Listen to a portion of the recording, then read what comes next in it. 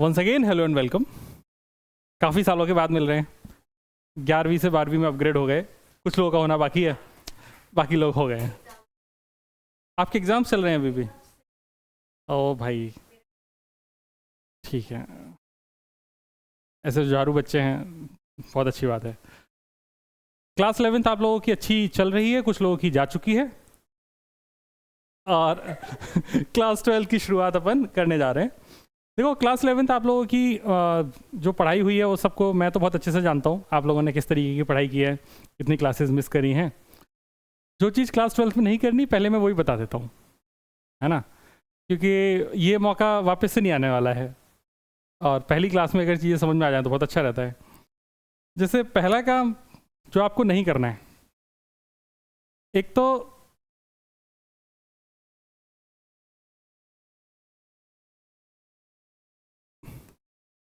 Class नहीं छोड़नी भाई।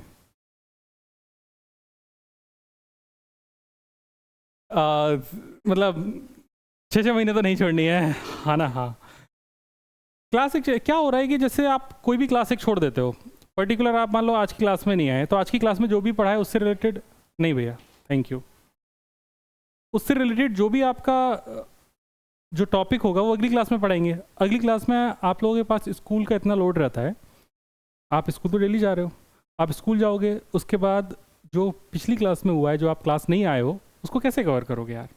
उसमें टाइम जाएगा ना, इतना टाइम आपके पास होगा नहीं। तो कोशिश कीजिए क्लास आपकी मिस ना हो, और हो रही है तो बहुत एक्सट्रीम कंडीशन में हो। और अगर क्लास मिस हो भी रही है तो आने से पहले एक बार उसकी वीडियो देख के आ जाओ, आया क्लास में क्या कराया गया है, अपने जो भी आपके फ्रेंड्स हैं उनसे उनकी नोट्स फोटोकॉपी मंगा लो, और वो या तो लिख के कॉपी में आ जाओ, ताकि अगर मान लो टीचर से आपको पूछना भी है, जो चीज़ समझ में नहीं आए, तो टीचर आपको मुश्किल से 15 मिनट में बैठा के क्लास के बाद समझा देंगे। ठीक है? तो भाई फिजिक्स में क्लास मत छोड़ना। फिजिक्स में जो क्लास 11th में आप लोगों ने जो एक कमी की है, वो इस बार में मार मार के तो खैर कराऊंगा ही, जिसका नाम है क्वेश्चन प्रैक्टिस। फिजिक्स में स्पेशली जो क्वेश्चन प्रैक्टिस है वो आप लोगों का एक इंपॉर्टेंट रोल प्ले करती है। क्वेश्चन प्रैक्टिस के नाम पे आप लोगों ने क्लास 11th में बहुत कम क्वेश्चन प्रैक्टिस की है। आपको घर पे दिया गया होमवर्क आपने नहीं किया है ना, उसके बाद जो जो असाइनमेंट दिए गए थे वो भी नहीं हुए हैं। तो इसका जो रिफ्लेक्शन है वो आपको आपके पेपर में 11th के दिखा होगा। अगर आप लोग क्वेश्चन प्रैक्टिस किए होते तो आपका जो जहाँ पर जितने मार्क्स आए उससे बहुत अच्छे मार्क्स आते सरदार जी, है ना। हाँ, जो हो गया, इसीलिए बोल रहे हैं कि जो हो गया वो हो गया, तो क्लास 12th में ना हो वो ध्यान रखना है अपने को। कोई बात नहीं, पर्ची पकड़ा देंगे अपन, ठीक है, मस्त रहो तुम। क्वेश्चन प्रैक्टिस में आप लोगों को एक तो आपको मॉड्यूल मिल जाएगा। मॉड्यूल में भी आपके सीबीएसई के जेई नीट के क्वेश्चंस आ रहे हैं, सीबीएसई के क्वेश्चंस अलग हैं, सीबीएसई लेवल के, जेई नीट लेवल के क्वेश्चंस अलग हैं। इस बार आपका मॉड्यूल पूरा चेंज होगा, जैसा 11th में था उससे आपकी बुक पूरी चेंज करी है मैंने। बुक इस बार मेरे हिसाब से है थोड़ी मोटी है, तो आपको उठाने में थोड़ा वजन पड़ेगा। हाँ हाँ, मतलब हाँ, इतनी ही मोटी है, 600 पेज की है। हाँ, 600 पेजेस की है। नहीं नहीं नहीं, वो एक ही है। उसको उसको उसके 3 पार्ट कर सकते थे, लेकिन फिर वो प्रिंट हो गई, फिर बाद में समझ में आया कि यार बच्चों को उठाने में तो थोड़ी तकलीफ होगी।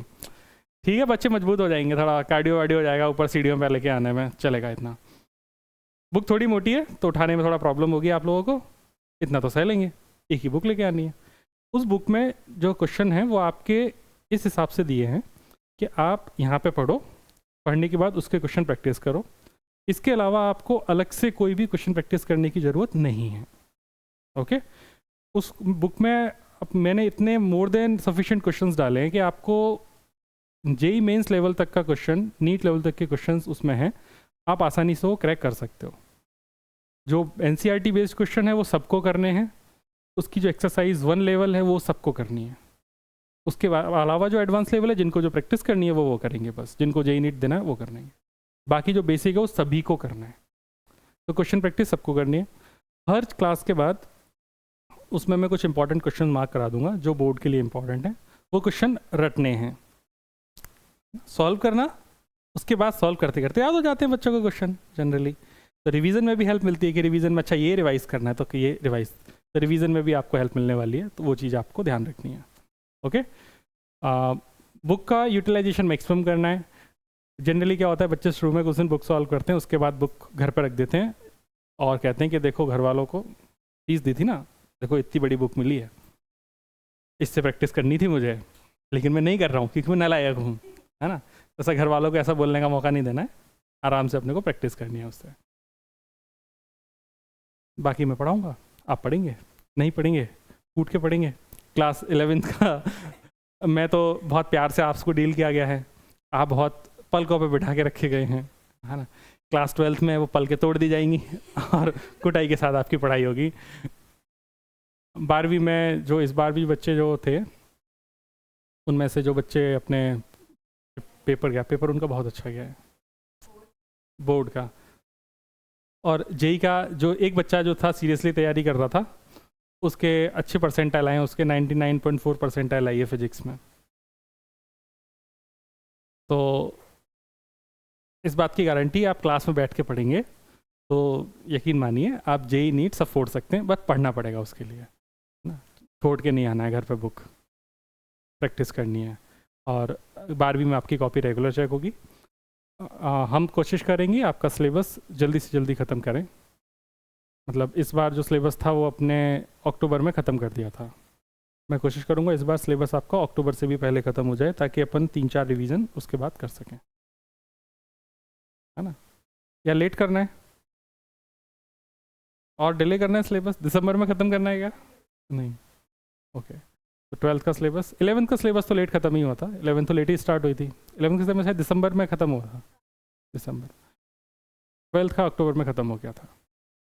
मैं कोशिश करूँगा इस बार और जल्दी हो जाए, क्योंकि बीच में आप लोगों को कुछ दिन की छुट्टी मिलेगी हाफ ईयरली के टाइम पे, तो उस वक्त बच्चे आते नहीं ना क्लास। मेरी जो इच्छा है, मतलब बाकी फिर आप लोगों की ग्रेस्पिंग पावर के ऊपर डिपेंड करता है, मेरी जो दिली इच्छा है कि आपके हाफ ईयरली से पहले आपका पूरा सिलेबस मैं ख़त्म कर दूँ, ऐसा मेरी इच्छा है। उसके पीछे का रीज़न ये है कि उसके बाद आपको मैक्सिमम टाइम रिवीजन के लिए मिलेगा, मैक्सिमम टाइम आपको खुद की पढ़ाई के लिए मिलेगा, आपके जो भी एग्ज़ाम होने वाले हैं हाफ ईयरली प्री बोर्ड, वो सब आप अच्छे से आप सुकून से दे पाओगे। किसी के स्कूल में कोई चैप्टर पहले हो रहा है, कोई चैप्टर बाद में हो रहा है, तो वो टेंशन भी ख़त्म हो जाएगी आपकी कि मेरा तो अभी सर बाकी है, मेरा तो ये नहीं हुआ सर, मुझे वीडियो देखने पड़ेंगे, कोई टेंशन नहीं। मैं ऐसा ट्राई करूँगा, आप लोग साथ देंगे तो हो जाएगा। देंगे कि नहीं देंगे? ठीक है। आज की क्लास में हाँ नहीं 11th का सिलेबस भी उतना वास्ट नहीं है, जेई नीट के लिहाज से थोड़ा सा आपको ऐसा लगेगा कि पता नहीं कितना सिलेबस है, लेकिन बोर्ड के लिहाज से सिलेबस उतना बड़ा नहीं है, सिलेबस बहुत लिमिटेड है। जैसे इलेक्ट्रोस्टैटिक जो पहला चैप्टर है, अगर पहला और दूसरा मिला के इलेक्ट्रोस्टैटिक है, दूसरे में कैपेसिटर को अगर अलग हटा दें तो इलेक्ट्रोस्टैटिक एक चैप्टर बनता है जो कॉम्पिटिटिव एग्जाम की प्रिपरेशन करेंगे उनके लिए। वो चैप्टर जनरली 1 से 1.5 महीने चलता है जब बच्चा रेगुलर क्लास करता है, ठीक है। रेगुलर मतलब डेली आना है, वीक में 3 दिन की बात नहीं कर रहा, जब डेली आना है तब 1 से 1.5 महीने वो चैप्टर चलता है। लेकिन बोर्ड के लिहाज से आप देखेंगे, बोर्ड के लिहाज से बड़ी जल्दी खत्म हो जाता है, क्योंकि उसमें उस लेवल के क्वेश्चन ही नहीं कराने, थ्योरी तो सेम ही रहती है। पंखा चला लो बेटा, तुम्हें गर्मी नहीं लग रही पीछे? उसकी मुंडी भी घुमा लो, पीछे किसे हवा देगा वो?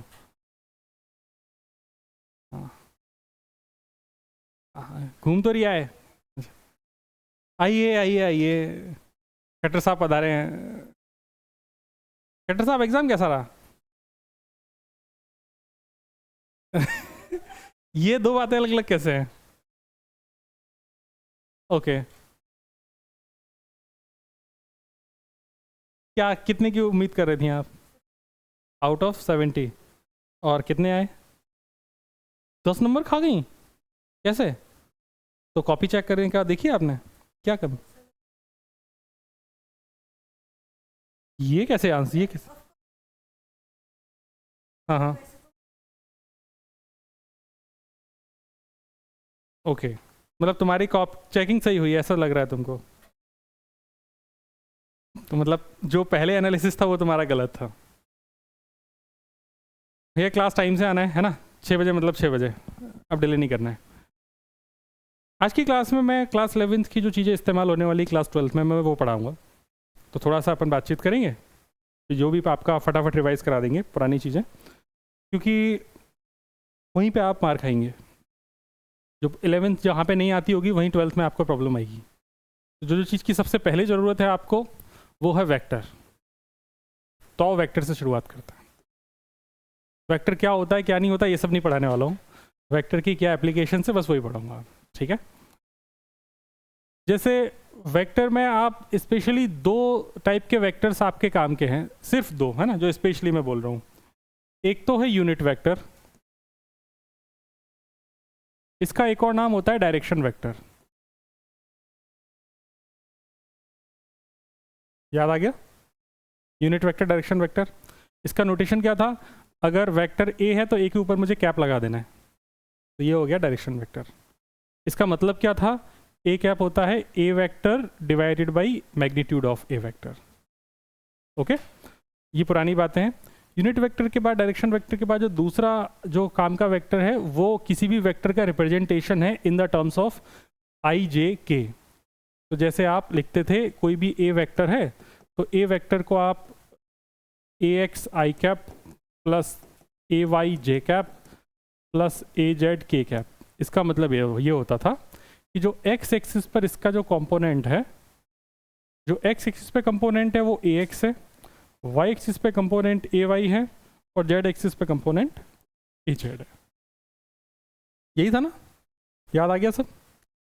X Y Z. चिंता मत करो, आज बहुत स्लो स्लो चलेंगे, इतना परेशान होने की जरूरत नहीं, आराम से चिल मार के पढ़ो, है ना?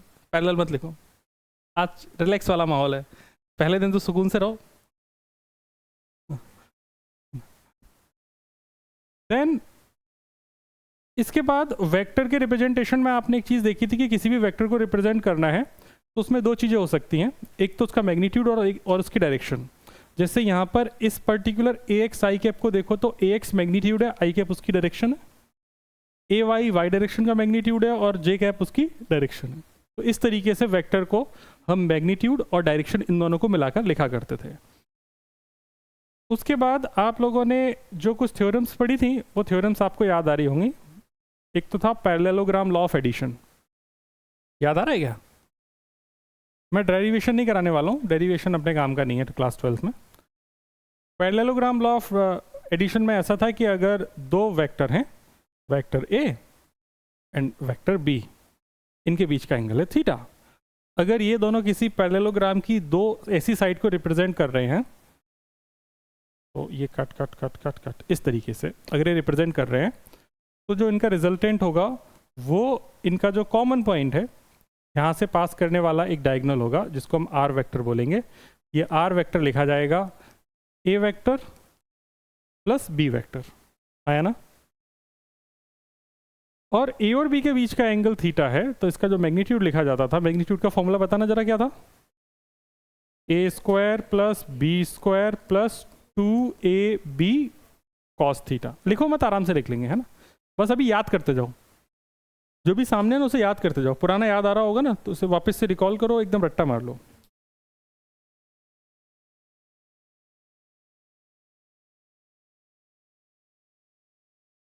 ये आपको याद आ गया। इसमें हमने एक और इसके स्पेशल केसेस भी देखे थे। स्पेशल केस क्या थे कि एडिशन के स्पेशल केस थे इफ ए एंड बी दोनों मैग्नीट्यूड, दोनों वेक्टर के मैग्नीट्यूड एक दूसरे के इक्वल हो जाएं, उस केस में यही फॉर्मूला था R इज इक्वल टू, इसको आप लिखते थे a square plus B square plus 2ab cos theta. आप समझे क्या हुआ? 2 वेक्टर है, इसका भी मैग्नीट्यूड ए हो गया और बी वेक्टर का भी मैग्नीट्यूड ए हो गया। मैग्नीट्यूड के लिए अपन 2 बार लगा देते थे, इनके बीच का एंगल थीटा है। तो यहाँ पे जो रिजल्टेंट आएगा वो मेरे पास कितना आ जाता था? कितना था? बोलो ना। देखा, इसीलिए रिवाइज कराना जरूरी है। अभी भी नहीं याद आ रहा ना? ओ दीदी, आपको ये पता है cos 2 थीटा का फॉर्मूला होता है 2 cos स्क्वायर थीटा माइनस 1। अगर यहाँ 2 थीटा है तो ये थीटा है, अगर यहाँ पर इसको मैं थीटा कर दूंगा तो ये थीटा बाई 2 होगा कि नहीं होगा? इसको हम क्या बोलते थे? हाफ एंगल फॉर्मूला, याद आ नहीं क्लास 11th के फॉर्मूला? तो ये हाफ एंगल फॉर्मूला है। तो हाफ एंगल फॉर्मूला में अगर आप इस 1 को इधर ले आओगे तो बनेगा 1 plus cos theta is equal to 2 cos square theta by 2। ये याद आ गया? इसको मैं यहाँ यूज़ करूँगा तो ये हो जाएगा आपके पास under root of 2a square into 2 cos square theta by 2। तो अंडर रूट, देखो सारी चीज़ें हट गई, तो अंडर रूट में तुम्हारे पास क्या निकल के आया? r is equal to 2a cos theta by 2।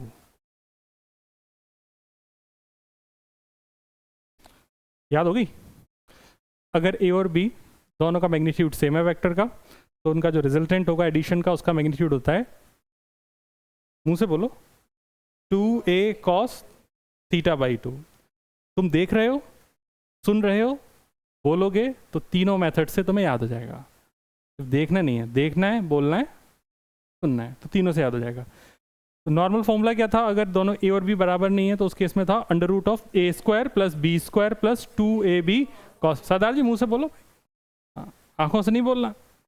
हाँ, ना ना ना, हाथ हटा लो, ऐसे गाली थोड़ी दे रहे हो जो ऐसे रखे से। दूसरा, अगर a और b इक्वल है तो फॉर्मूला था 2a cos theta by 2। 2a cos theta by 2 के भी स्पेशल केसेस थे।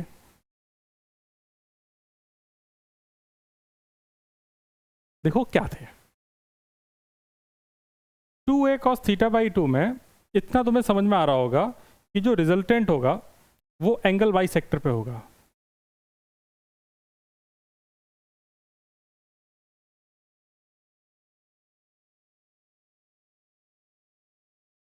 सर ऐसा कैसे मान लें? देखो, इसका भी मैग्नीट्यूड, ए वेक्टर का मैग्नीट्यूड कितना था? ए। ई वेक्टर का मैग्नीट्यूड कितना था? ए। आया ना?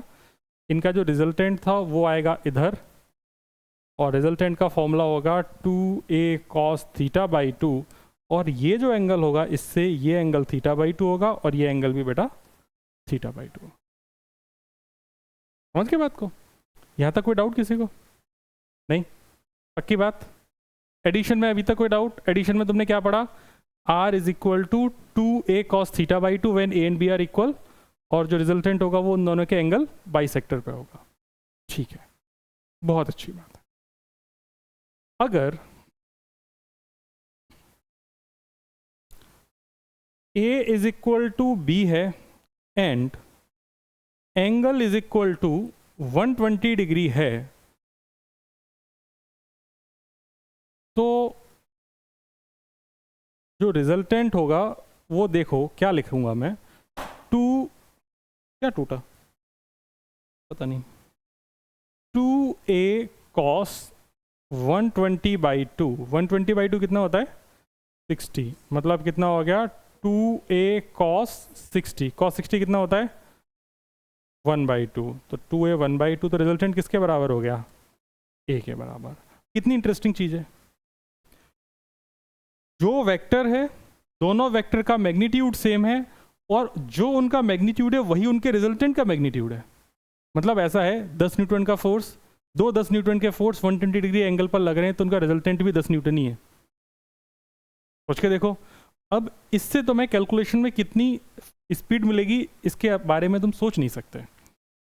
एक क्वेश्चन तुम सॉल्व कर रहे हो, क्वेश्चन में आ गया कि यार एक फॉर्मूला, एक फोर्स आ रहा है k q1 q2 upon R square, दूसरा फोर्स भी आ रहा है k q1 q2 upon R square, तो दोनों फोर्स इक्वल हुए और उनके बीच का एंगल 120 डिग्री आ गया। एंगल 120 डिग्री होते ही तुमने आंसर सीधा बोल दिया सेम ही है, k q1 q2 upon R square. चमकी बात? तो ये यहाँ पर नहीं चमकी क्या? अरे हाँ या ना बोलना, पक्की बात? हाँ, तो ये जो चीज़ है ये तुम्हारी कैलकुलेशन में बड़ी हेल्प करने वाली है। ओके, यहाँ तक आई होप आपको कोई डाउट नहीं रहा होगा। अच्छा, ये मैंने अभी एक पॉइंट आपको बताया, रिजल्टेंट एंगल बाई सेक्टर पे होगा। उसके बाद ये आपका पहला पॉइंट हो गया, इसका नामकरण चाहो तो कर लो। मैं इसका दूसरा एक और पॉइंट बता रहा हूँ। If theta is equal to 0 degree and a is equal to b is equal to a, तो उस केस में आपके पास जो रिजल्टेंट होगा वो कितना हो जाएगा 2a cos 0/2। तो इसका आंसर हो जाएगा 2a cos 0 की वैल्यू कितनी होती है 1, तो r इज इक्वल टू 2। ये तो कॉमन सेंस है, ए भी इधर है बी भी इधर है, दोनों के बीच का एंगल 0 है, तो 0 एंगल होने का मतलब यही हुआ ना, ए वेक्टर भी इधर है एंड बी वेक्टर भी इधर है। तो ये तो सिंपली ऐड हो गए, कोई प्रॉब्लम नहीं। अगर मैं यहाँ पर ऐसा बोल दूँ if theta is 90 degree and a is equal to b is equal to a, तो उस केस में रिजल्टेंट कितना हो जाएगा ना बच्चा 2a cos 90/2, theta by 2, theta थोड़ी है, थीटा बाई 2, तो 90/2 कितना होता है 45, तो cos 45 इज 1/√2, तो रिजल्टेंट कितना आ गया √2 है। ये भी काफ़ी यूज़ होगा। ये कहाँ पे यूज़ होगा तुम्हें याद दिलाते हैं। आपने ऐसा पढ़ रखा होगा ग्रेविटेशन में, एनसीईआरटी में क्वेश्चन भी है, यहाँ पे मासेस रखे हुए हैं, याद आ रहा है क्वेश्चन, और उसने इस पे पूछा नेट फोर्स बता दो, तो इसने इस पे इधर पुल किया, इसने इसको इधर पुल किया और इसने इसको इधर पुल किया, यही तो है। ये फोर्स अगर F था तो ये फोर्स भी F था और इस फोर्स का नाम कुछ अलग था। अब अगर मैं तुमसे बोलूँ ये दोनों फोर्स एक दूसरे के इक्वल हैं कि नहीं, तो आप बोलोगे हाँ। इनके बीच का एंगल कितना है 90 डिग्री, तो इनका रिजल्टेंट कितना हो जाएगा √2F, √2 है। याद आ गई सारी बातें, ठीक है। तो यहाँ पे इनका एप्लीकेशन आगे आएगा, अभी कोई एप्लीकेशन नहीं आया, याद आ रहा, अच्छी बात है। अब आपको जब आप पैरेललोग्राम पीछे पढ़ रहे थे यहाँ पे, इस पैरेललोग्राम में आपने एक फॉर्मूला और पढ़ा था अगर आपको याद हो, रिजल्टेंट का वेक्टर ए से बनने वाला एंगल, इसका फॉर्मूला था tan alpha is equal to b sin theta divided by a plus b cos theta. नहीं याद आ रहा हो तो मैं बता देता हूँ, आसान है। पैरेललोग्राम में ये b है तो ये भी b होगा कि नहीं होगा, ये थीटा है तो ये एंगल भी थीटा होगा, ये वाली साइड हो जाएगी आपके पास b cos थीटा और ये वाली साइड हो जाएगी b sin थीटा। अब आपको बड़ा वाला ट्रायंगल देखना है, इस बड़े वाले ट्रायंगल में this perpendicular upon base perpendicular is b sin theta and base upon a plus b cos theta, तो tan अल्फा की वैल्यू ये आ जाती है, परपेंडिकुलर अपॉन बेस, ठीक है। इससे मैंने कंक्लूड किया था जब मैंने पढ़ाना शुरू किया था आपको पहले क्लास 11th में, कि अगर ये a का मैग्नीट्यूड जितना बढ़ता जाएगा उतना ही इसका डिनोमिनेटर बढ़ता जाएगा, और डिनोमिनेटर बढ़ता जाएगा तो पूरी वैल्यू कम होती जाएगी, पूरी वैल्यू कम होती जाएगी तो अल्फ़ा भी कम होता जाएगा। तो ये जो रिजल्टेंट है ये उस वेक्टर की तरफ झुका हुआ होगा जिस वेक्टर का मैग्नीट्यूड ज़्यादा है। हाँ या ना, सारी चीज़ें सेट हो गई दिमाग में, यहाँ तक जो भी पढ़ा, किसी को कोई डाउट, ये सड़ो नो सड़ो कोई डाउट नहीं, ओके चलिए। तो आप लोगों ने ऐसा भी देख लिया। अच्छा, अगर मैं ऐसा बोलता आपसे, तो if theta is equal to 90 degree but a is not equal to b, magnitude of a is not equal to magnitude of b, इस केस में क्या करते? इस केस में कौन सा फॉर्मूला लगता है, जनरल फॉर्मूला, वो क्या कहता, under root of a square plus b square plus 2ab cos 90। cos 90 कितना होता है 0।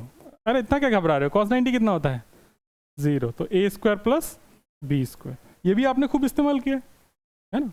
जैसे आपने याद होगा, इससे आपने ट्रिपलेट याद किए थे, याद आ रहे हैं ट्रिपलेट्स क्या, a और b अगर एक दूसरे के परपेंडिकुलर हैं तो उनका जो रिजल्टेंट होगा वो ये होगा r।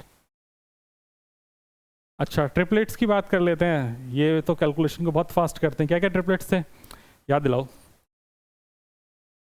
पाइथागोरस वाले, 3 square plus 4 square is equal to 5 square, तो क्या था 3 4 5, और क्या था 6 8 10, फिर क्या था 12 16 20, फिर क्या था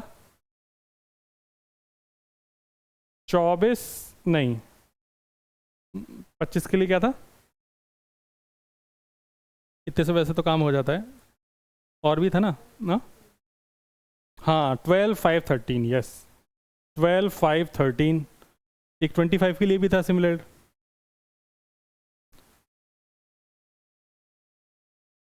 नहीं याद आ रहा, कोई बात नहीं, ये राइट एंगल ट्रिपलेट है, ये आपकी कैलकुलेशन को फास्ट करेंगे।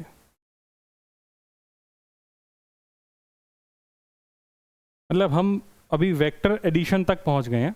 वेक्टर एडिशन में हमने सिर्फ r is equal to under root A square plus B square plus 2ab cos theta को थोड़ा छेड़छाड़ करी है उसके साथ, उसका a और b बराबर करके हमने देख लिया है कि क्या क्या फॉर्मूले बन सकते हैं और उनकी क्या क्या यूटिलाइजेशन हमारे लिए हो सकती है। यहाँ तक कोई डाउट है किसी को? ओके चलिए, अगर आपने समझ लिया तो हम आगे भी पढ़ सकते हैं। आगे क्या पढ़ना है, आपको थोड़ा सा बेसिक मैथ्स पढ़ लेना चाहिए।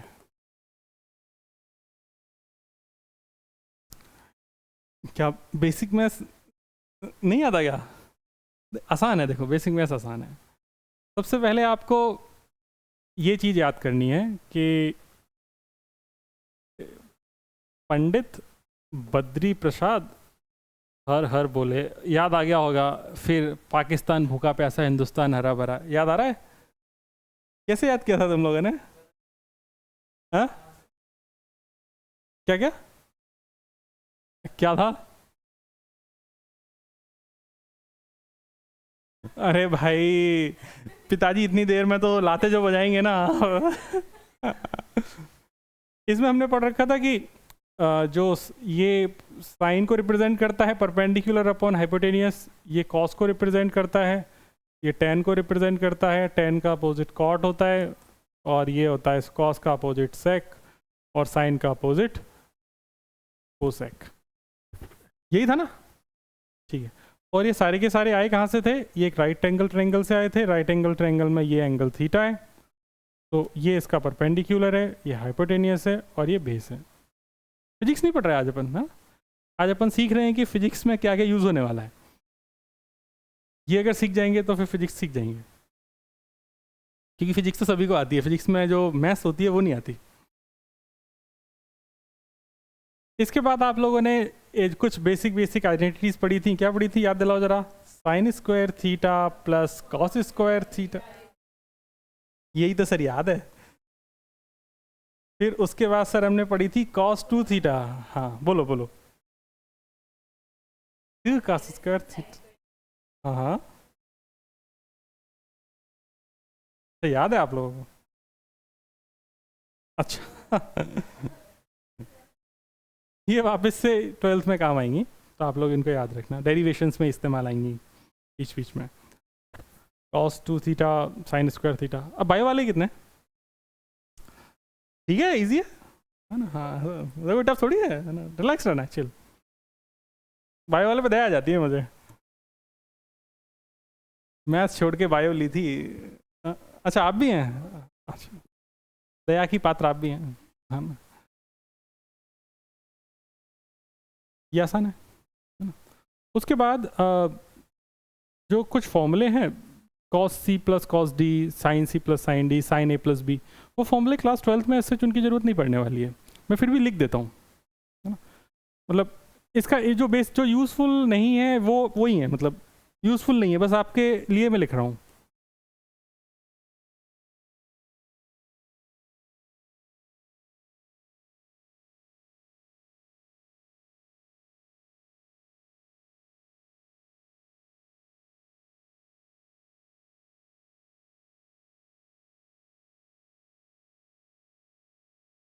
याद हो गया?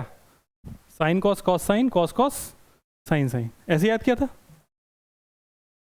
मतलब गाना है देखो, साइन ए प्लस बी, नीचे कॉस ए प्लस बी, तो गाना है sine cos cos sine cos cos sine sine, गाने की तरह याद है मुझे बचपन से। इसमें अगर माइनस आ जाए यहाँ पे तो यहाँ पे माइनस आ जाएगा, और अगर कॉस में माइनस आ जाए तो यहाँ पर प्लस आ जाएगा। ये बेसिक चीज़ थी, ठीक है? तो sign A plus B sign A cos B plus cos A sine B, मतलब समझ गए। ये क्लास 12th में उतना ज़्यादा यूज़फुल नहीं है, क्लास 12th में यूज़फुल नहीं है उतना। ओके, आप लोगों को वेव में लेकिन इसकी इस्तेमाल काफ़ी पड़ी थी, याद है? वेव में जब आप डेरिवेशन कर रहे थे स्टैंडिंग वेव को जब ड्राइव कर रहे थे, स्टैंडिंग वेव की इक्वेशन, उस वक्त इसका इस्तेमाल किया था अपन ने। वहाँ पे अपन ने साइन सी प्लस साइन डी का भी इस्तेमाल किया था, कॉस सी प्लस कॉस डी का भी इस्तेमाल किया था। अच्छा चैप्टर है वो। इसके बाद बेसिक मैथ्स में आपको एंगल के बारे में तो सारी जानकारी है ही, लेकिन मैं फिर भी एक बार आपकी खुशी के लिए बता देता हूँ।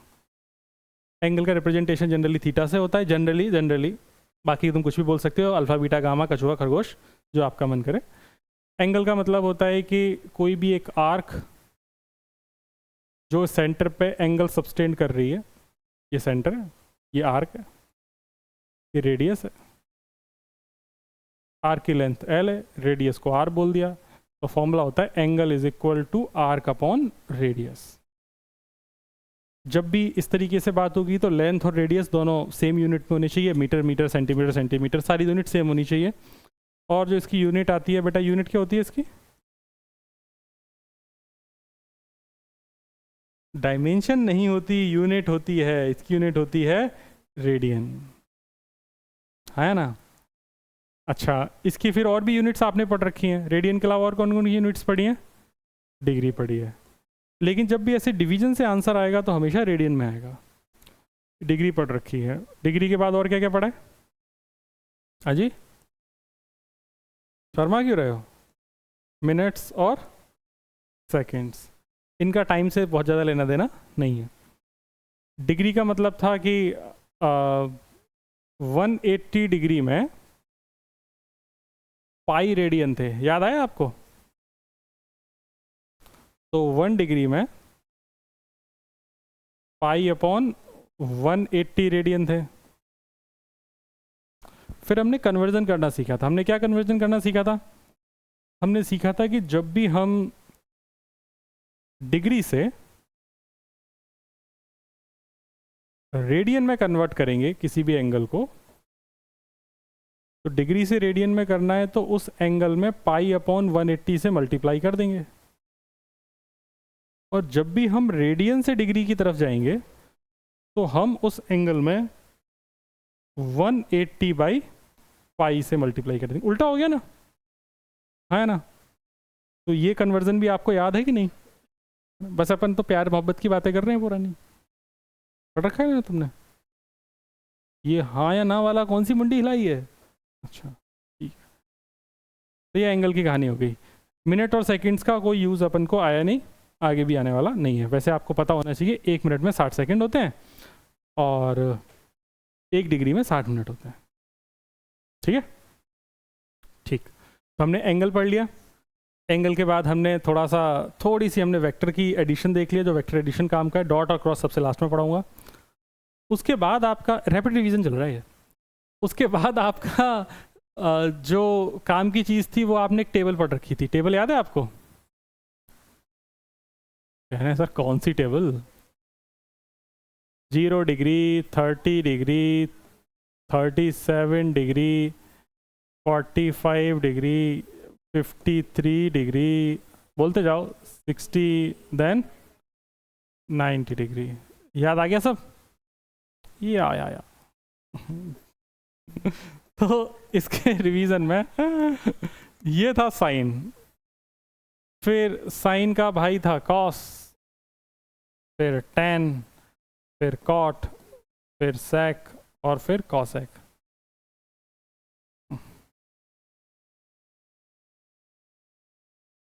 अरे कतई बदतमीजी है तो।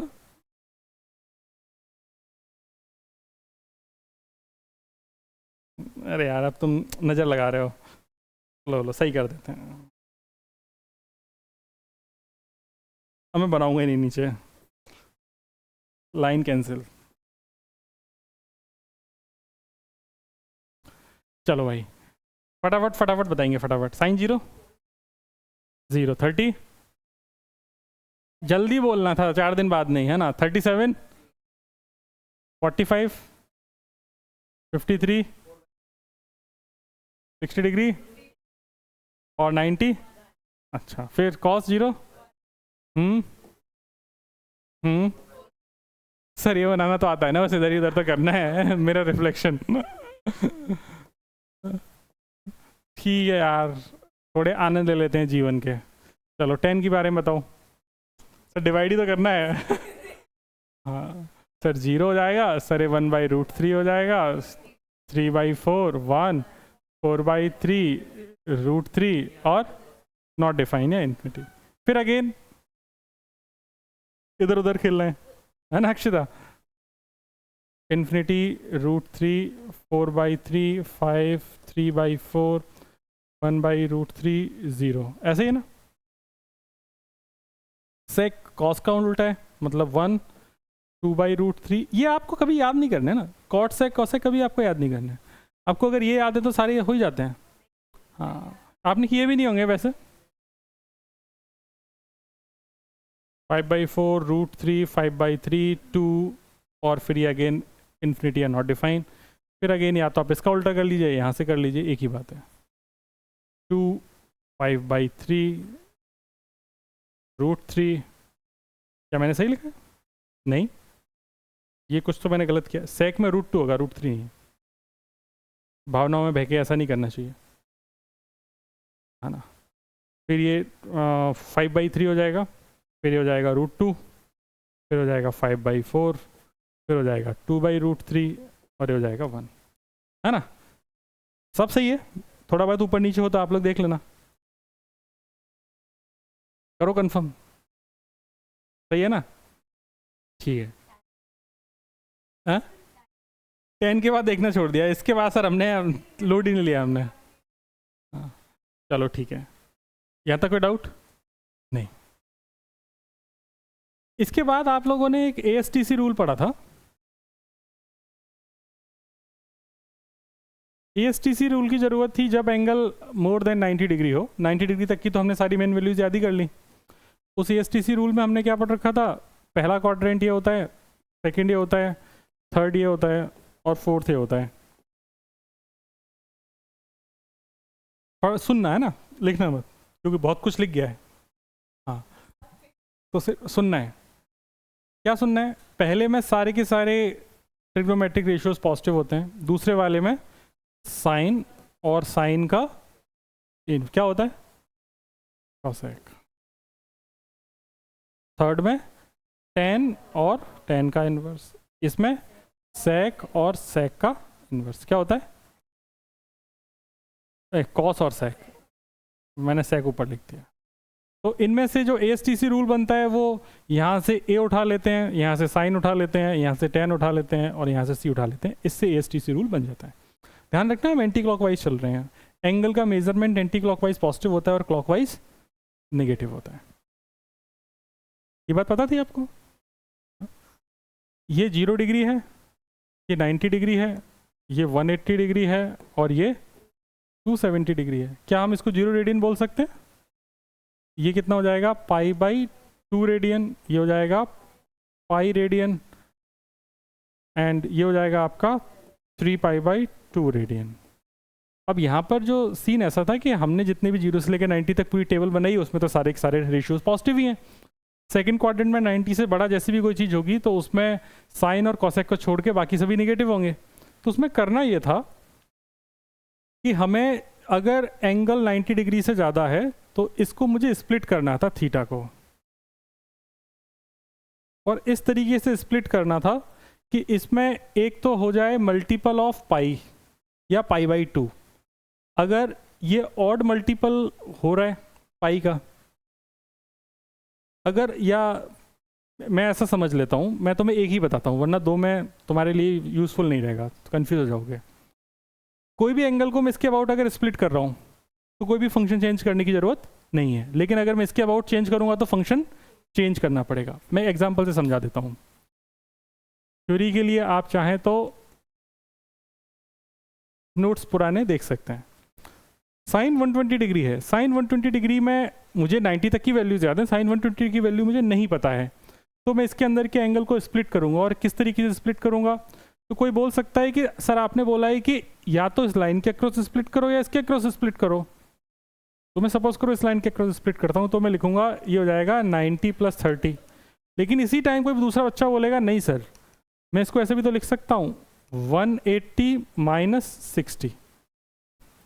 ये दोनों ही उस कंडीशन को फॉलो कर रहे हैं जहां पर पहली कंडीशन ये थी कि पहला 90 का मल्टीपल होना चाहिए पहली टर्म, और दूसरी टर्म एक्यूट एंगल होनी चाहिए।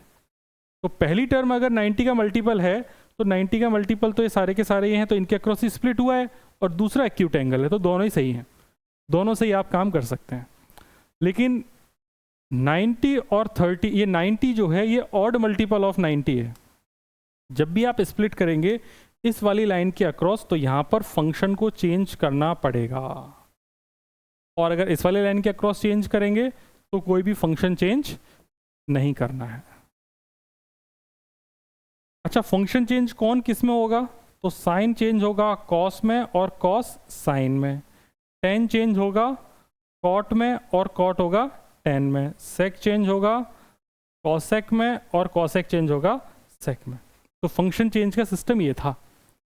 तो ये 90 है, ये 90 ऑड है, ऑड है तो फंक्शन चेंज होगा, तो साइन किस में चेंज हो जाएगा?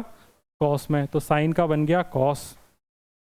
उसके बाद आंसर सिर्फ एक्यूट के साथ लिखना था। अब हाँ, हमें ये भी देखना था कि ये कौन से क्वाड्रेंट में है। ये यहाँ पर आप देख रहे होंगे ये सेकंड क्वाड्रेंट में है, 120 डिग्री ये यहाँ पर लाई करेगा। सेकंड क्वाड्रेंट में साइन पॉजिटिव होगा या नेगेटिव होगा? तो यहाँ पर साइन पॉजिटिव लगा देंगे, फंक्शन चेंज करेंगे, साइन का कॉस कर दिया, और आंसर को एक्यूट एंगल के साथ लिख देंगे cos 30।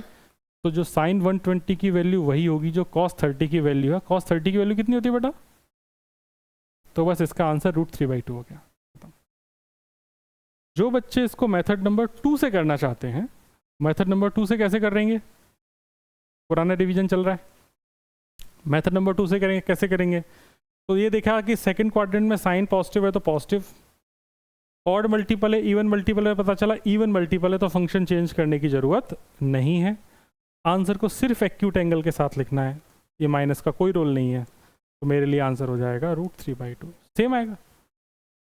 तो अपन किस में कंफर्टेबल है हमेशा? आंसर चेंज करने में या चेंज नहीं करने में? चेंज नहीं करना बेनिफिशियल है, तो बस अपन चेंज नहीं करेंगे कभी भी। तो अपन हमेशा इसको इसी वाली लाइन के अक्रॉस स्प्लिट करेंगे। चलो तो जरा एक आध क्वेश्चन और देखते हैं।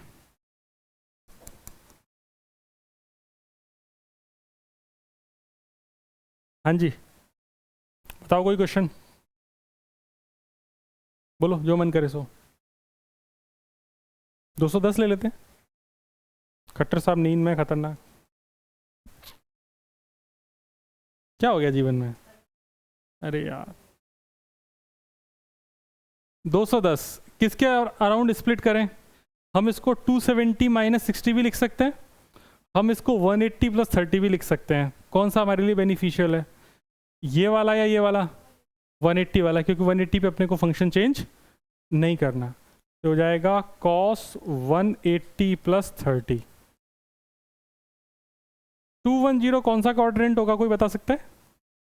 Third quadrant. थर्ड क्वाड्रेंट में cos क्या होगा? नेगेटिव, तो यहाँ पे माइनस लगा लिया।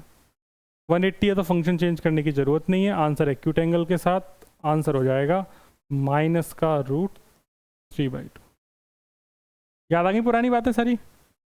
एक आध क्वेश्चन और करना है? नहीं, चलो कोई बात नहीं। tan 300 डिग्री सॉल्व करें। हाँ, वो तो पूछा जाता है मन रखने के लिए। अगला क्वेश्चन करना है कि नहीं करना है? करना तो है ही।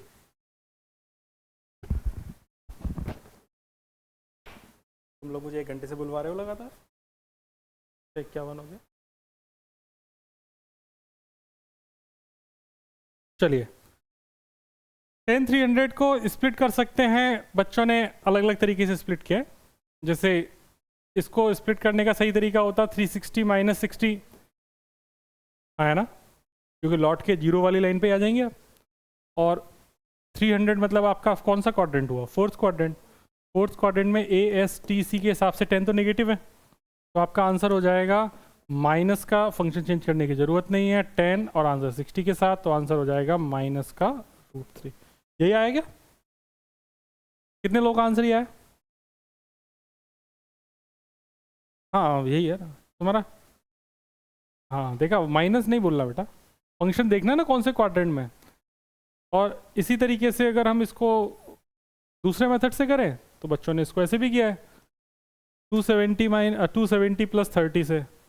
अभी भी क्वाड्रेंट तो फोर्थ ही है, फोर्थ क्वाड्रेंट में 10 नेगेटिव है, तो माइनस का 10 30 कितना होता है? चेंज हो जाएगा, 10 का कॉट हो जाएगा, तो कॉट 30 की वैल्यू कितनी होती है? √3, तो आंसर माइनस का √। ठीक है, तो फंक्शन चेंज करने वाला ज़्यादा अच्छा नहीं लगता मुझे, क्योंकि उसमें मेहनत है। आप इस हॉरिजॉन्टल लाइन के एक्रोस स्प्लिट करेंगे एक्स एक्सिस के अलोंग, तो कभी लोड नहीं आएगा। ठीक है, अभी तक तुमने क्या क्या सीख लिया? वेक्टर में एडिशन सीखा है, अभी बाकी कुछ नहीं सिखाया मैंने, सिर्फ क्या सिखाया? एडिशन। और बेसिक मैथ्स में क्या क्या सीखा? एंगल सीख लिया, ट्रिगो का रिवीजन हो गया, ASTC रूल हो गया, तो ये तो सारा काम फिनिश है। ओके चलो ठीक है, बहुत अच्छे हैं। अच्छा अब नहीं आ गए, चलिए आज ही खत्म कर देंगे सब डिवीजन। इसके बाद जो आपके लिए यूजफुल चीज़ है, वेक्टर एडिशन देख लिया। वेक्टर में आप लोगों को कंपोनेंट्स करना सीख लेने चाहिए।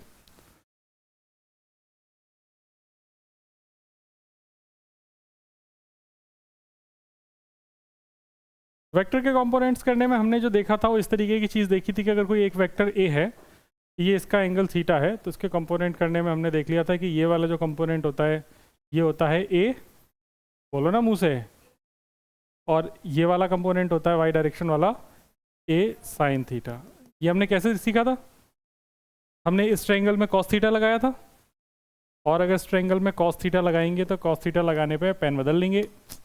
इसका नाम अगर मैं AX रख दूं और इसका नाम AY रख दूं, तो ये लेंथ AY ये AY हो गई, और ये लेंथ AX हो गई, और इसकी जो लेंथ है वो A है, क्योंकि इसका नाम ही वेक्टर A है, तो कॉस थीटा हो जाएगा this base upon hypotenuse, that is AX divided by A। तो AX की वैल्यू हो जाएगी A कॉस थीटा, जो कि मैंने आपको रटा रखी थी कि जिस साइड से थीटा है वो वाला कंपोनेंट कॉस है, और उसके परपेंडिकुलर वाला कंपोनेंट साइन। ठीक है जी। उसके बाद हमने देखा था यहाँ पे साइन थीटा। साइन थीटा क्या था? This AY upon A, this perpendicular upon hypotenuse, तो ये हो जाएगा AY की वैल्यू हो जाएगी मेरे पास A साइन थीटा। ठीक है, बहुत अच्छी बात, ये कंपोनेंट्स करना सीख गए थे। उसके बाद हमने, बाकी तो ज़रूरत नहीं पड़ेगी आपको कंपोनेंट्स में, बस ये साइन कॉस इन्हीं को तोड़ना आना चाहिए, इतना समझ में आना चाहिए। और फिर बाकी आपको ये भी मैंने अभी थोड़ी देर पहले बता दिया कंपोनेंट्स में, यहाँ पे भी बता देता हूँ 3D में। 3D में क्या बताया कि अगर कोई भी एक वेक्टर है, ए वेक्टर, इसका एक्स एक्सिस से एंगल अल्फा, वाई एक्सिस से एंगल बीटा, और जेड एक्सिस से एंगल गामा है, ये कंपोनेंट ए एक्स है, वाई कंपोनेंट ए वाई है, जेड कंपोनेंट ए जेड है, तो ए वेक्टर हो जाएगा अपने पास a x i cap plus A y j cap plus A z a cap, है ना? यही पढ़ा था, यहाँ तक कोई डाउट नहीं? मतलब अगर मैं आपसे बोलूँ कि जैसे एक वेक्टर के इधर x6 है और इधर 8 है, इस वेक्टर को लिखो, तो मैं बोलूँगा इस ए वेक्टर को लिखने का तरीका है, अगर इसके दोनों कंपोनेंट्स पता हैं तो कंपोनेंट हो जाएंगे 6i कैप प्लस 8 जे कैप। ऐसे आप किसी भी वेक्टर को लिख सकते हैं। इतना तो आता है ना? आया ना? Yes sir, no sir? No sir, okay. अच्छा यस सर। तो वेक्टर फॉर्म में आपको सारे कंपोनेंट्स भी समझ में आ गए होंगे। इसके बाद अब जब हम इतना सब कुछ कर ही लिए हैं 1 घंटे में इतना रिवाइज, तो डॉट और क्रॉस प्रोडक्ट भी करके ख़त्म ही करते हैं। तो डॉट और क्रॉस प्रोडक्ट कर लेते हैं अपन, या उससे पहले अपन एक काम करते हैं, वेक्टर सब्ट्रैक्शन देख लेते हैं।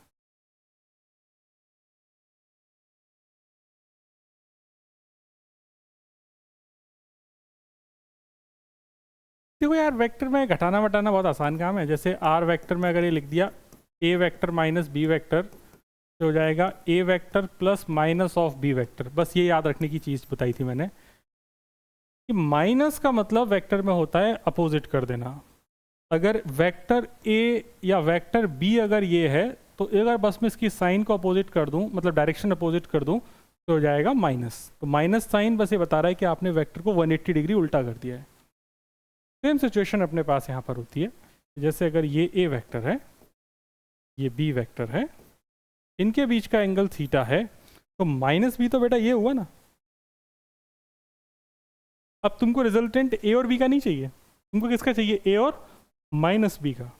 ये एंगल अब इनके बीच का कितना हो गया, पाई माइनस थीटा, और इनका जो रिजल्टेंट होगा ये इनका सब्ट्रैक्शन का रिजल्टेंट हो जाएगा, जो कि होगा मेरे पास, आपने जो फॉर्मूला पढ़ रखा है उसी के हिसाब से बनता है, under root of a square plus B square plus 2ab cos of pi minus theta. Pi में से कुछ कम हुआ है तो क्वाड्रेंट कौन सा हुआ, आंटियों, ये पाई है, पाई मतलब 180 है, 180 से कुछ कम हुआ है तो कौन सा क्वाड्रेंट हुआ, सेकंड, सेकंड हुआ ना।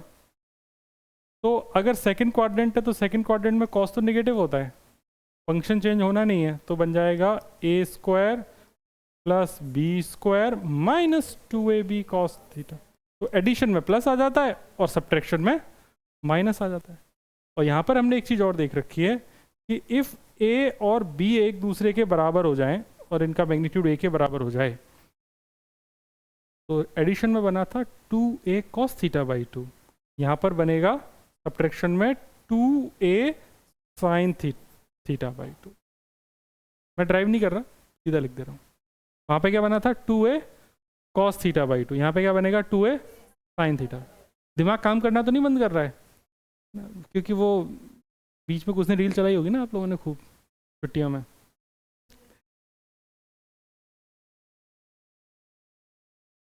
रोना नहीं है, रोना नहीं, रोना नहीं है, रोना नहीं है, कोई रोने की जरूरत नहीं है ना।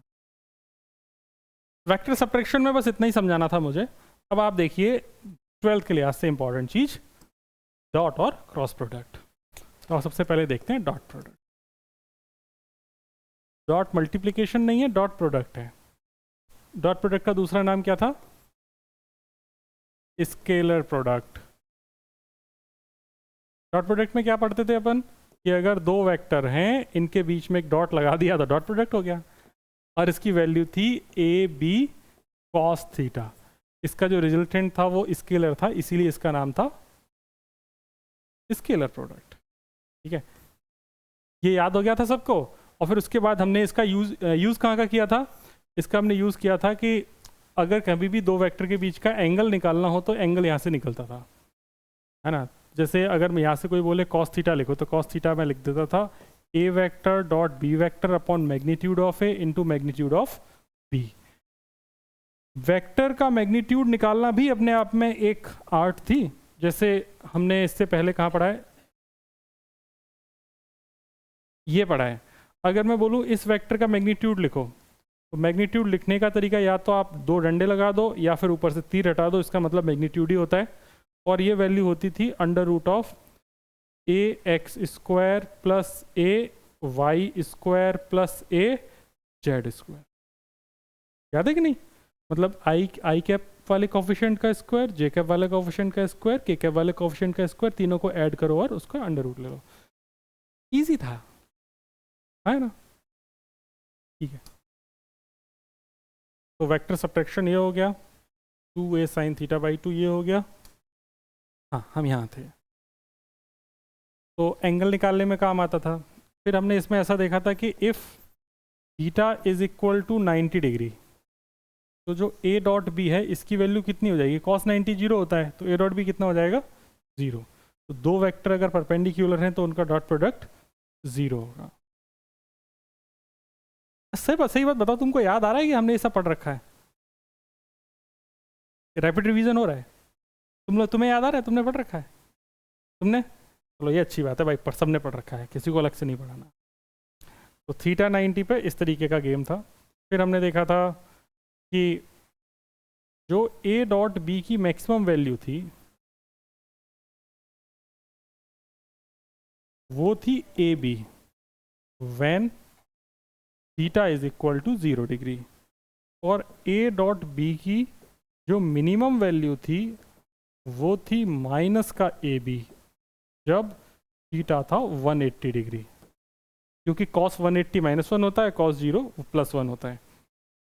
इसमें भी मैंने डॉट प्रोडक्ट करना सीखा था एक नए तरीके से। ए वेक्टर को अगर मैं बोल दूं a i cap plus b j cap plus c k cap, और बी वेक्टर को बोल दूं 1 1 1 a i cap plus b j cap plus c k cap 2 2 2, और अगर मैं बोलूं कि इन दोनों वेक्टर का डॉट प्रोडक्ट लो, तो हमने क्या पढ़ा था, आई का आई से, जे का जे से, और के का के से। तो हमने पढ़ रखा था A1 A2 plus B1 B2 plus C1 C2, that's it. इतनी पढ़ा था, है ना। एग्जाम्पल के तौर पे अगर मैं आपसे बोलूं कि ए वेक्टर अगर आपको दे रखा है आई कैप माइनस जे कैप प्लस 3 के कैप, बी वेक्टर दे रखा है माइनस का 2 आई कैप माइनस का 3 के कैप माइनस का 5 के कैप, और उनका बोला कि ए डॉट बी करो, तो करो।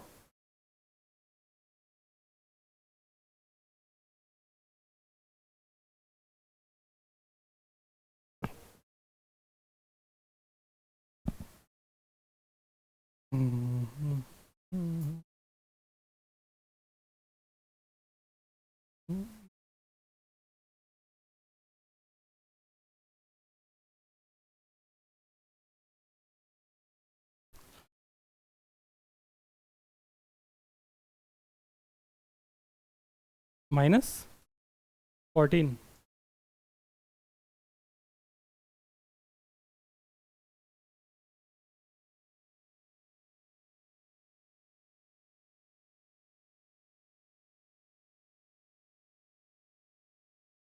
हो गया। तो माइनस का 2 प्लस का 3 माइनस का 15, तो माइनस का 14, -14।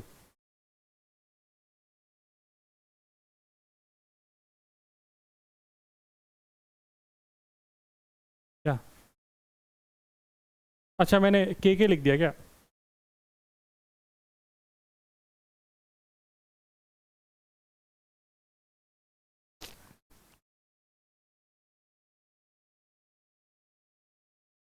अच्छा, तुम लोग तो बड़े मतलब फाइन ट्यून हो रखे हो, पहले से समझ गए कि जे कैप ही लिखा है।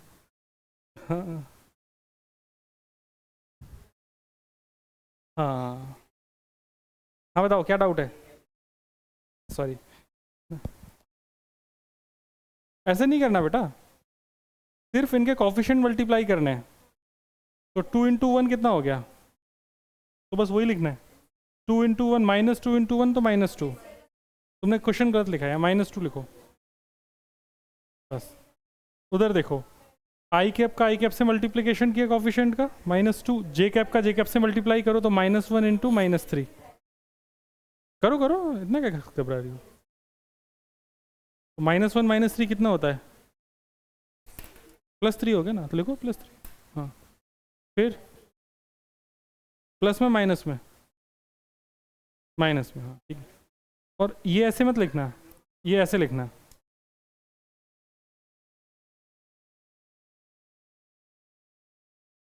डॉट है ना, इसलिए। तो इसमें बस अपने को कॉफिशिएंट को ही मल्टीप्लाई करना है, इसके अलावा कुछ नहीं करना, ठीक है। डन, समझ में आ गया?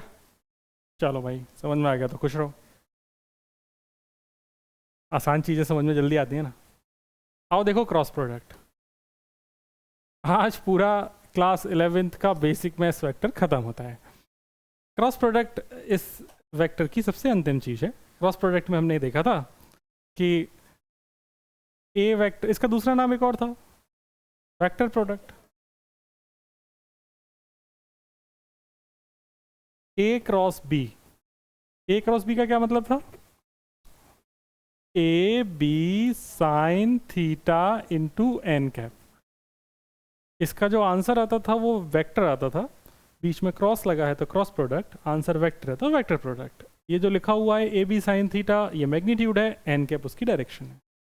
एन कैप के बारे में भी अपन ने पढ़ रखा था। एन कैप को अब बताते हैं अपन राइट हैंड थंब रूल।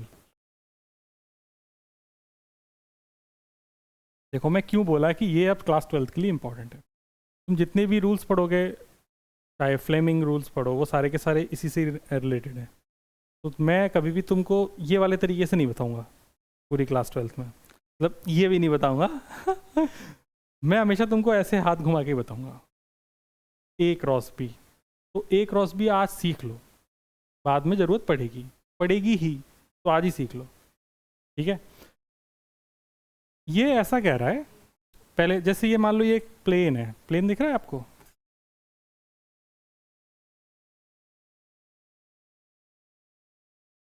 मैं तो घर पे बोर हो गया था पता है, है? नहीं भैया, सारी पढ़ाइयाँ हो चुकी हैं जीवन में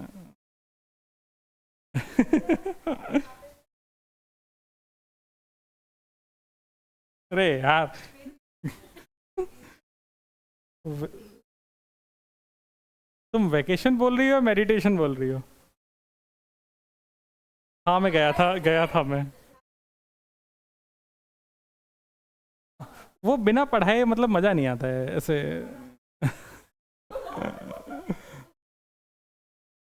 अभी वो बाल नोच लेता है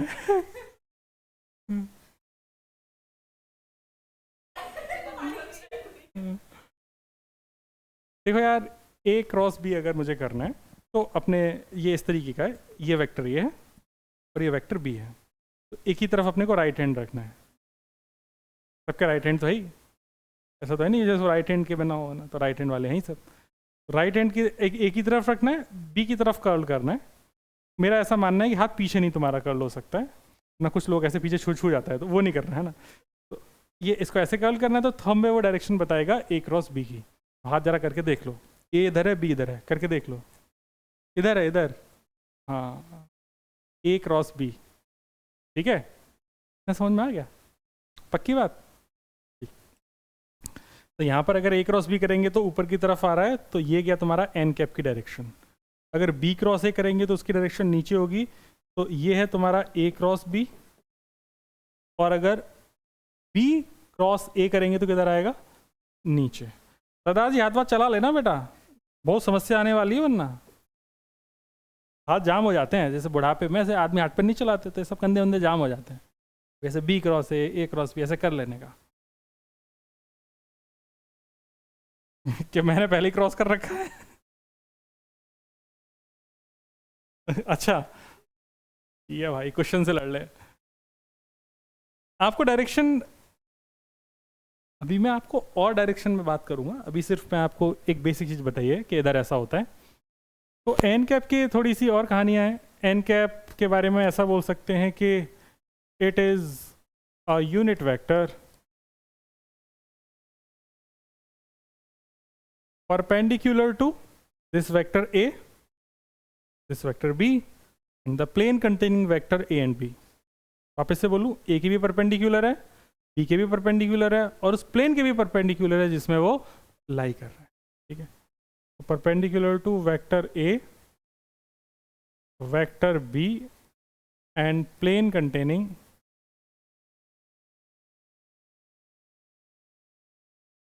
vector A and vector B। ये मैथ्स में इंपॉर्टेंट चीज़ है कि मैथ्स में अगर कोई ऐसा वेक्टर पूछे कि जो ए की भी परपेंडिकुलर हो, बी की भी परपेंडिकुलर हो, उस प्लेन की भी परपेंडिकुलर हो जिसमें और भी लाई कर रहे हैं, तो उसमें ये एन कैप ही निकाला जाता है। और एन कैप को अगर लिखना चाहेंगे तो आप कैसे लिखेंगे? एन कैप हो जाएगा आपके पास a cross b divided by a B sine theta. इसको हम ऐसे भी लिख सकते हैं, a cross b divided by a b at, गंदी बात, ए क्रॉस बी का मैग्नीट्यूड। ए क्रॉस बी का मैग्नीट्यूड होता है a B sine theta, a dot b का मैग्नीट्यूड होता है ए बी कॉस थीटा। तेज तो नहीं हो रहा? और धीमे करूं? और तेज करूं? ठीक है, अच्छा। मतलब ये तो पुराना पढ़ा हुआ है, भाई ऐसे मत कर यार, बिना इसके 11 कैसे पढ़ ली? है वो तो ठीक है। ये अभी एक चीज और बताऊंगा, वो बताना वो पढ़ी है कि नहीं पढ़ी। ये पढ़ा था तुमने, आई का आई से, जे का जे से, के का के से, है ना? इसको इसको अपन बोलते हैं सेल्फ डॉट प्रोडक्ट। देखो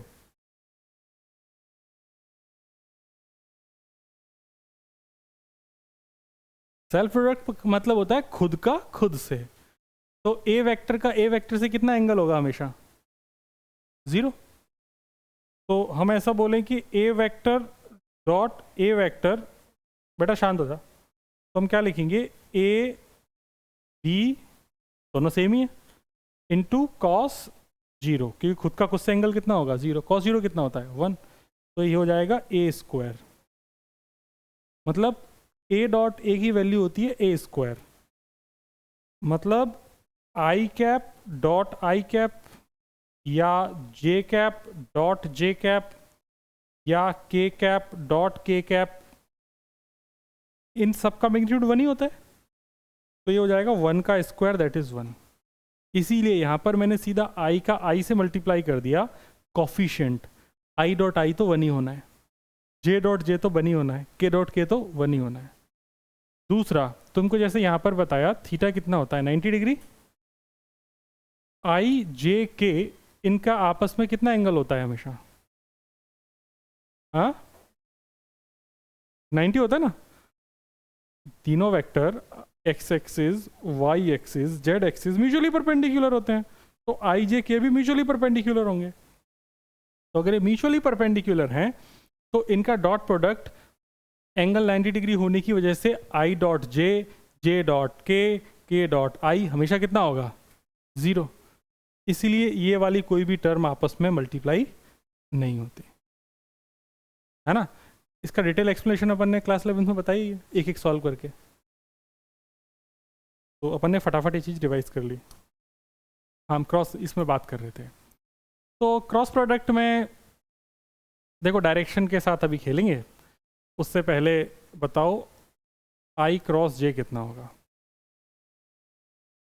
के क्या?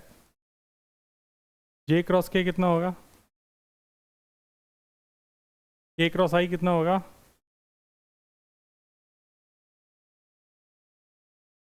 इसका अगर उल्टा करते हैं तो माइनस, मतलब जे क्रॉस आई करेंगे तो माइनस का के क्रॉस जे करेंगे तो माइनस का आई, एंड आई क्रॉस के करेंगे तो माइनस का जे। ये हमने कैसे सीखा था? हमने देखा था आई जे के, अगर ये क्लॉकवाइज जा रहे हैं तो पॉजिटिव थे, और अगर उल्टा जा रहे हैं तो नेगेटिव, अगर ऐसे जा रहे हैं तो नेगेटिव। इसमें ऐसा देखा था कि आई जे तो के आई तो जे, और अगर उल्टा चले जाएंगे तो नेगेटिव। याद आ गया सब? ठीक। हमने ए क्रॉस बी सॉल्व करने के तरीके भी सीखे थे, क्योंकि देखो इस क्लास 12th में आप लोगों को ज़रूरत पड़ेगी। ये क्यों अटक गया? इसको नींद आ गई लग रहा है।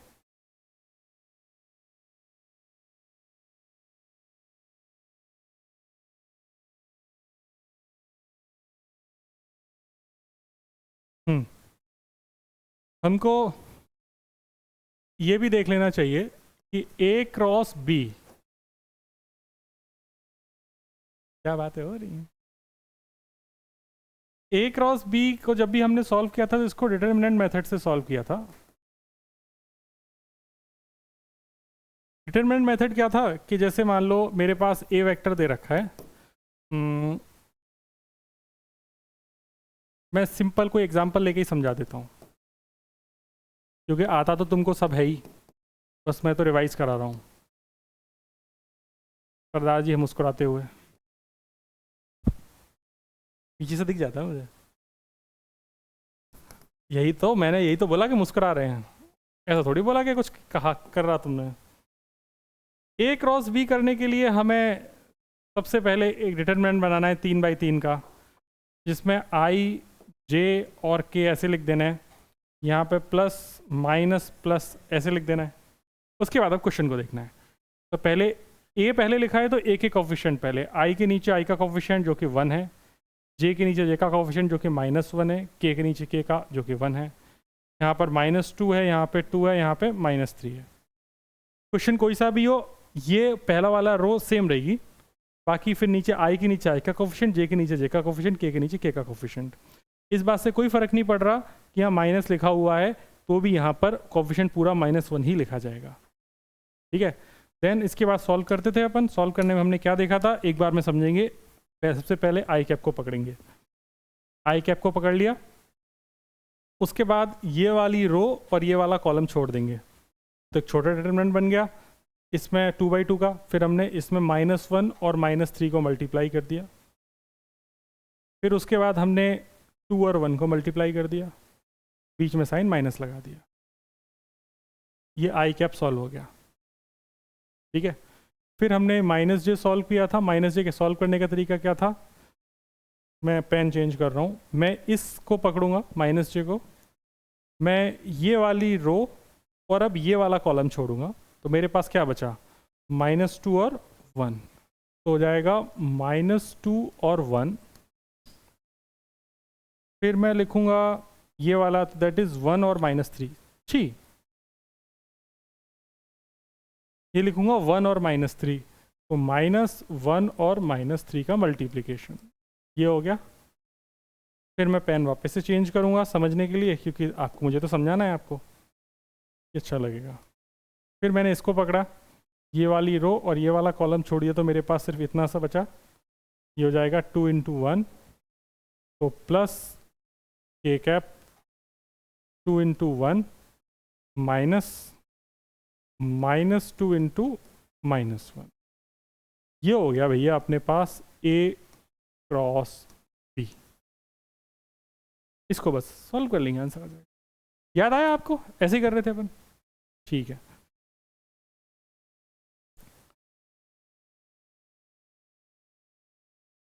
देन इतना अगर आपके समझ में आ गया तो आप लोग अब थोड़ा सा दिमाग थक गया होगा, है ना। लास्ट चीज़ है आज की क्लास की, लास्ट चीज़, अब कुछ नहीं पढ़ाऊंगा मैं, नहीं कोई लेंदी नहीं है, बस 5 मिनट में समझ में आ जाएगी।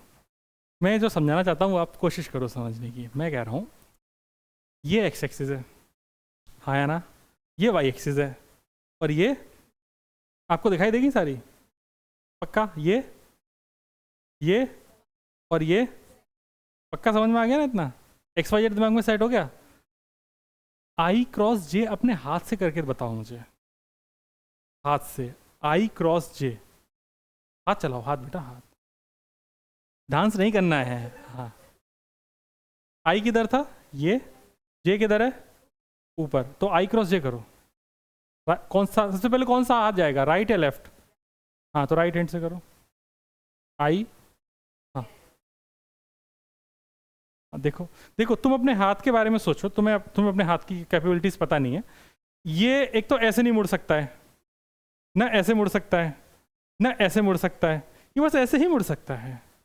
तो इसको जहां भी मोड़ना है वो ऐसे मोड़ो, ऐसे मोड़ो, ऐसे मोड़ो, ये ऐसे घूम सकता है, ये ऐसे नहीं घूम सकता। समझ गए बात को, ये घूमेगा ऐसे, उसके बाद ऐसे मुट्ठी घूम सकती है।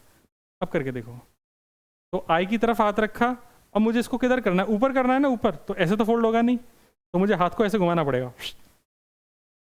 अब करूंगा आई क्रॉस जे, तो बाहर की तरफ आया, बाहर क्या था, तो आई क्रॉस जे क्या होता है, वो भी पीछे बनाया था, समझ में आ गया। ठीक है, आने वाले टाइम में ये आई और जे नहीं होंगे, इनका नाम होगा वेलोसिटी और मैग्नेटिक फील्ड। करना यही है, वी क्रॉस बी, समझे बात को, सोचना वही है। हाँ, वो हाथ मत तोड़ लेना। हाँ। अच्छा, तैयार हो, जे क्रॉस के करो, जे की तरफ हाथ रखो, के की तरफ कर्ल करो। बहन कहाँ है? क्या होता है, हाँ, जे क्रॉस के करो, हाँ, जे किधर है, जे किधर है, तो ऊपर की तरफ हाथ करो पहले सब, है ना, ऊपर की तरफ हो गया। अब किधर कर्ल करना है, के किधर है, उस साइड है आपकी साइड, उधर कैसे कर्ल करोगे। देखो मैं आपकी तरह अगर ऐसे खड़ा हो जाऊं, देखो अपन दोनों अब सेम कंडीशन में, तो जैसे मैं कर रहा हूँ, मेरा ये हाथ है, तो पहले मुझे जे क्रॉस के करना है, तो जे की तरफ हाथ कर लिया। अब के की तरफ कल करना है, तो ऐसे तो होगा नहीं ना, तो इस हाथ को घुमाना पड़ेगा ऐसे, जे क्रॉस के, आया ना। देखो हथेली हमेशा दूसरे वाले वेक्टर की तरफ होनी चाहिए, तो आसानी से मुड़ जाएगी, सिंपल। जैसे जे क्रॉस के करने में जे ऊपर हो गया, के की तरफ करना है तो हथेली के की तरफ कर दी, अब आसान हो गया, ठीक है। तो अब ऐसा कभी हाथ हाथ मुड़ने की टेंशन नहीं है। चलो के क्रॉस आई करते हैं, के की तरफ हाथ करो, के किधर है, हाँ मुड़ जाओ, पीछे मुड़ जाओ, कोई टेंशन नहीं, पीछे मुड़ जाओ। के की तरफ हाथ करो, और आई किधर है, आई की तरफ हथेली करो, है ना, और कर्ल करो, किधर आ रहा है, हम सब टेस्ट द थंडर, है ना। समझ गए बात को, पक्की बात। हाथ पर चलाना सीख गए, पैर नहीं चलाने, हाथ ही चलाने हैं। आई होप ये वाली बात समझ में आ गई होगी, के क्रॉस आई वगैरह। फटाफट जे क्रॉस आई करेंगे।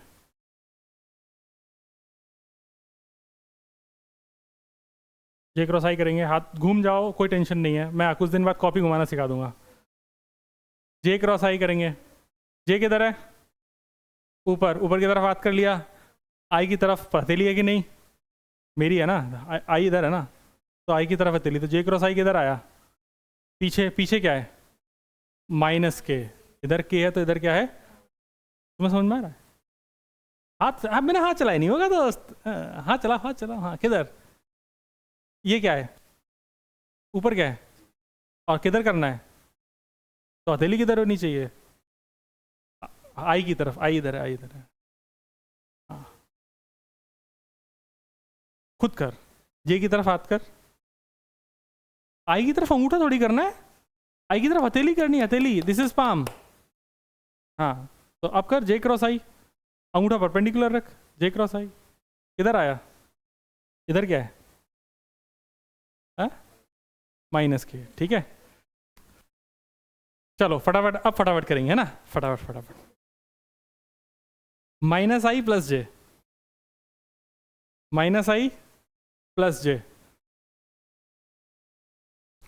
माइनस आई की तरफ क्या करना है, हाथ, माइनस आई किधर है, इधर, हाथ कर दिया, और प्लस के, माइनस आई प्लस जे, जे किधर है, तो ऊपर की तरफ हथेली करनी पड़ेगी ना, हाथ नहीं करना, तो हथेली कर दी, घुमा दिया, किधर आया, अरे आसान है ना यार, तो हाथ नहीं चला रहा है, हाँ क्या क्या, मैं इधर चला, मैं इधर चला, ऐसे। फिर वो डांस भी करेंगे सर, ये वाला है भाई, सही से कर ले। माइनस जे प्लस के, माइनस जे प्लस के, माइनस जे प्लस के, हाथ घुमाओ, माइनस जे क्रॉस प्लस के, माइनस जे किधर है, नीचे, और प्लस के किधर है, हाँ दिमाग पे जोड़ दे, प्लस के नीचे, के किधर है, बाहर है था ना, के तो ये आई था, ये वाई था, ये आई जे और के, तो के बाहर की तरफ है ना, तो मैंने क्या बोला, माइनस जे तो नीचे की तरफ हाथ हो गया, और के की तरफ हथेली होनी चाहिए, तो के की तरफ हथेली करना, के की तरफ हथेली, हो गई हथेली, पकड़ो जरा इनका हाथ, हथेली किधर है, अब हथेली नीचे कहाँ है, हथेली इस डायरेक्शन में बेटा,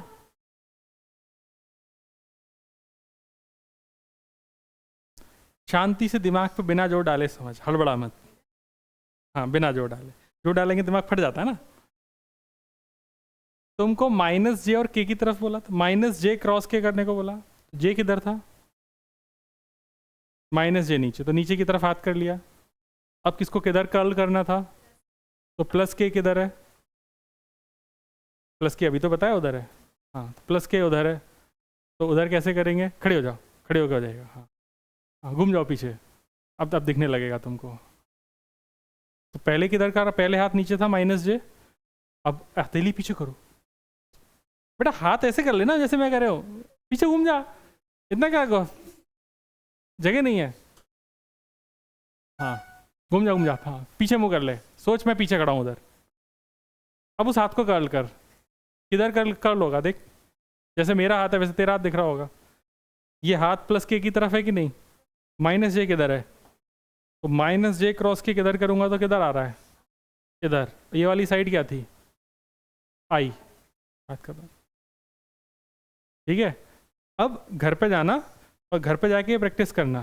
घर पे इतना तो कर सकते हो ना, आई और जे और के बाहर हो जाए, तो घर में एक कमरा पकड़ लेना ऐसा, आई जे और के, ओके ठीक है। तो आप लोग अब लिख सकते हो, नोट भी तो करना है ना, है ना। आप लोग, आप भाई सरदार जी क्या कर रहे हैं आप, बैठिए बैठिए बैठिए बैठिए। अभी तक हमने जो रिवीजन कंप्लीट किया है वो पुराना क्लास 11th का बेसिक मैथ्स वेक्टर, जो आने वाले टाइम में आपको यूज आएगा उसके लिए है। नॉर्थ किधर होता है, नॉर्थ सामने होता है, नॉर्थ सामने होता है, ठीक है। जैसे पेपर में प्रेजेंटेशन के वक्त आपने देखा होगा, ऐसे हम लिखेंगे ना, नॉर्थ साउथ ईस्ट वेस्ट। तो नॉर्थ इसमें किधर दिख रहा है आपको, ऊपर दिख रहा है ना। ये बोर्ड ऐसा नहीं है, बोर्ड ऐसा फ्लैट है, ठीक है। तो नॉर्थ किधर होगा, आगे, साउथ किधर होगा, पीछे, ईस्ट होगा राइट हैंड और वेस्ट होगा लेफ्ट हैंड। अगर मुझे अपवर्ड बोलना होगा ना, तो मैं ऐसा बोलूँगा, upward, upward to the plane, up और डाउन, ऐसे बोलूँगा, ओके ठीक है। आप लोग लिखना शुरू करिए, आज की क्लास को यहीं ख़त्म करेंगे। Thank you very much.